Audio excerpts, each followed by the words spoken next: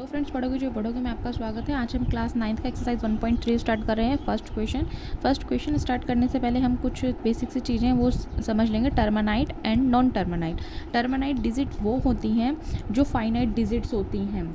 जैसे for example अगर हम किसी नंबर को डिवाइड करते हैं, है ना, तो उसमें लास्ट में कुछ डिजिट रह जाते हैं। तो वो जैसे अगर मैं यहाँ पर कोई नंबर लिखना चाहूँ, फॉर एग्ज़ाम्पल देखो, अगर मैं लिख देती हूँ 7.1251, ठीक है। अगर मैंने ये ऐसे लिख दिया और ये सम हमारा यहीं पे डिवाइड हमारा ख़त्म हो गया है, नीचे रिमाइंडर में हमारे पास 0 आ गया है, तो मतलब कि यहाँ तक ही ख़त्म हो गया है। तो ये फाइनाइट डिजिट, ये टर्मिनेटिंग नंबर होते हैं, टर्मिनाइट, ठीक है। तो मतलब फाइनाइट डिजिट्स होते हैं जो ये लिमिटेड होते हैं, ठीक है। एक लिमिट तक चल के डेसिमल के बाद 2 या 3 डेसिमल का 2 डिजिट या 3 डिजिट के बाद ये ख़त्म हो जाते हैं। तो ये टर्मिनेटिंग डिजिट्स होती हैं। और एक होते हैं नॉन टर्मिनेटिंग।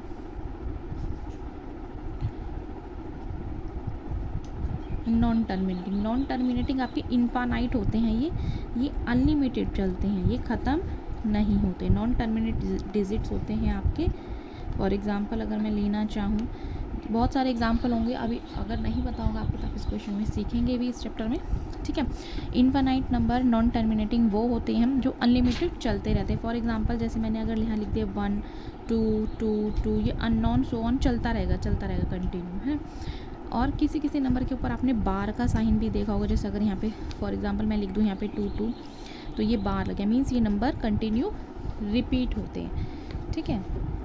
जैसे मैं यहाँ लिख देती हूँ, मैंने लिखा 3 and 3, तो ये बार का साइन लगा दें, मीन्स ये नंबर कंटिन्यू रिपीट होता रहेगा, ये रुकेगा नहीं, ठीक है। तो यही होते हैं टर्मिनेटिंग एंड नॉन टर्मिनेटिंग।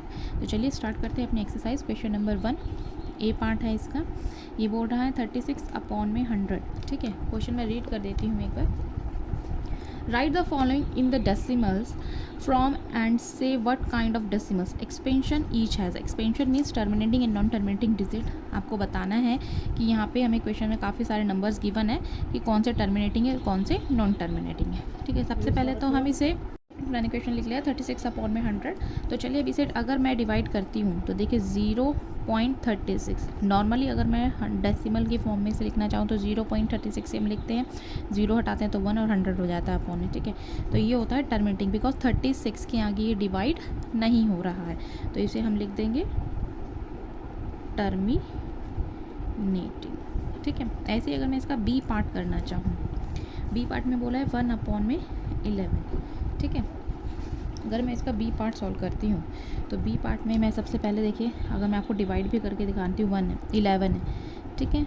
और बेसिकली हम डिवाइड में छोटा डिजिट बाहर लिखते हैं, बड़ा डिजिट मतलब यहाँ पे हम पॉइंट लगा देंगे तो ये 100 हो जाएगा, तो ये 11 छोटा हो जाएगा इससे, ठीक है। तो पॉइंट लगाएंगे तो 0 लिखेंगे और डेसिमल भी लगाएंगे, ठीक है। तो अब देखिए 11 9 ज़ा 99 होता है, तो 0 लगाऊंगी मैं पहले, और 11 9 ज़ा 99, ठीक है। ये हो गया है। अब 11 9 ज़ा 99 मैं इसमें से माइनस करूँगी तो फिर 1, है ना। फिर यहाँ 0 लिखूँगी मैं, फिर यहाँ 2 डिजिट 0 लगाऊंगी, फिर से यहाँ पे मैं 0 लिख के 0 कैरी फॉरवर्ड करूँगी, है ना। यही होता है नॉर्मली। तो अब फिर से मैं करूँगी 11 9 ज़ा 99, फिर माइनस करूँगी तो रिमाइंडर में मेरे पास बच रहा है ओनली 1। तो ये क्या है, अगर मैं इसे आगे फिर से यहाँ 0 लगा के फिर से 0 लगाऊँ, ठीक है, यहाँ पे मैं इसको फिर से 0 लगाऊंगी और फिर से चलते जाएगा, तो ये 99 100 99 100 ये ख़त्म ही नहीं होगा, इनफाइनाइट हो जाएगा ये, है ना। तो हम इसे क्या लिखेंगे, नॉन टर्मिनेटिंग, ठीक है। तो पहले हम आंसर लिखते हैं। आंसर आया है हमारा 0.0909, ठीक है, ये आया है। अभी मैं चलती जाऊँगी आगे तो ये और कंटिन्यू बढ़ता जाएगा, या आप इसे ऐसे भी लिख सकते हैं 0.09, बिकॉज 09 जो है वो कंटिन्यू चल रहा है ना, आगे कंटिन्यू चलता जाएगा, वो ख़त्म नहीं होगा, ठीक है। ऐसे ही इसका आंसर लिख देंगे नॉन टर्मिनेटिंग, ठीक है। ऐसे ही इसका सी पार्ट देख लेते हैं, ज़्यादा डिफ़िकल्ट सी पार्ट देख लेते हैं इसका, ज़्यादा डिफ़िकल्ट नहीं है। 4/1/8 ये है, ठीक है। अब इसको हम मिक्स फ्रैक्शन में हमें ये बना, तो पहले मल्टीप्लाई करेंगे और फिर इसमें ऐड करेंगे, तो 8 4 = 34, है ना, और 31, 32, 33, तो 33 अपॉन में 8 हो गया। ठीक है, अब हम इसे डिवाइड कर देते हैं, तो 8 को 33 से करेंगे तो 8 4 जा 32 होता है, माइनस करेंगे 1 आ गया, फिर पॉइंट लगाएंगे यहाँ 0, ये हो गया है ना।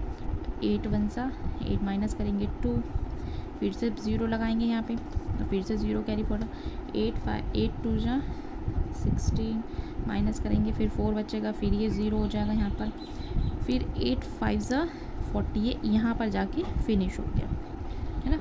ठीक है, ये यहाँ जाकर फिनिश हो गया है। तो अब ये जब यहाँ ख़त्म हो गया है, रिमाइंडर में हमारे पास 0 बचा है, तो ये टर्मिनेटिंग डिजिट है। तो आंसर में हम लिख देंगे 4.125 टर्मिनेटिंग। ठीक है, आई होप आपको ये फर्स्ट क्वेश्चन समझ में आया होगा, बहुत सिंपल है, ज़्यादा कुछ टफ नहीं है इसमें। तो